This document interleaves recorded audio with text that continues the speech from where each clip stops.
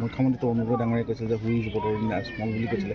একেটা কথাই আকৌ একেটা ভাষ্যই গৌৰৱ গগৈ ডাঙৰীয়াৰ মুখৰ পৰাও শুনা গৈছে। কি ক'ব, এইটো কি প্ৰত্যুত্তৰ দিব? এতিয়া চাওক, এই ক্ষেত্ৰত আমি কংগ্ৰেছৰ লগত মিত্ৰতা কৰাৰ কোনো অৰ্থ দেখা নাই। কাৰণ কংগ্ৰেছে যদি চৰকাৰ আগন্তুক দিনত কৰিব লগা আছে, তেনেহ'লে আমাৰ মাইনৰিটি 22টা সমষ্টিৰ উপৰিও উজনি অসমৰ আৰু পাৰ্বত্য জিলা বৰাক উপত্যকাৰ পৰা কমেও 50খনমান আসন তাৰ পৰা আনিব লাগিব।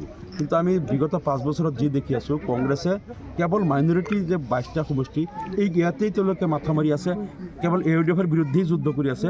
বাকী বিজেপিৰ দখলত বা বিজেপিৰ প্ৰভাৱ থকা 104টা সমষ্টি তেওঁলোক নাযায়, মিটিঙো নকৰে। প্ৰিয়ংকা গান্ধী আহক, মল্লিকাৰ্জুন খাৰ্গে আহক, ৰাহুল গান্ধী আহক, তেওঁলোকে কেৱল মুছলমান কোনোবা সমষ্টিতহে তেওঁলোকে সভা পাতে।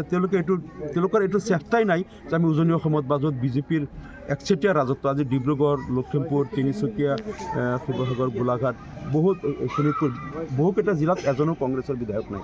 কেৱল এতিয়া আগন্তুক দিনত এনেকুৱা এটা অৱস্থা হৈছে, নাজিৰাৰ বাহিৰে আৰু উজনি অসমত এখনো এখন পাব বুলি তেওঁলোকৰ ক'তো গেৰাণ্টি নাই। গতিকে এই কংগ্ৰেছৰ লগত এতিয়া আমাৰ লগত মিত্ৰতা কৰি কেৱল 22টা সংখ্যালঘু সমষ্টি ভাগাভাগি কৰিবলৈ মিত্ৰতা হ'ব নে অসমত চৰকাৰ গঠন কৰিবলৈ মিত্ৰতা হ'ব? চৰকাৰ গঠনৰ তেওঁলোকৰ যদি ইচ্ছাই নাই, বা য'ত বিজেপিৰ পৰা চিট কাঢ়ি আনিব লাগে তাত তেওঁলোকৰ কোনো পদক্ষেপেই নাই, একমাত্ৰ মাইনৰিটিৰ সমষ্টিতে তেওঁলোকে মাথা মাৰি আছে। এই 22টা সমষ্টি পালেই কংগ্ৰেছ চৰকাৰ কৰিব নেকি? গতিকে আমি কংগ্ৰেছৰ কোনো ভিজন দেখা নাই চৰকাৰ কৰাৰ। গতিকে আমাৰ কথা হ'ল, তেওঁলোকে যদি এৰি দিছিল নেকি বিজেপিক বাকী সমষ্টিবিলাক, তাত তেওঁলোকৰ কুচকাৱাজ নাই। 104টা সমষ্টিত কুচকাৱাজ নাই, কেৱল 22টাত তেওঁলোক চলাই আছে।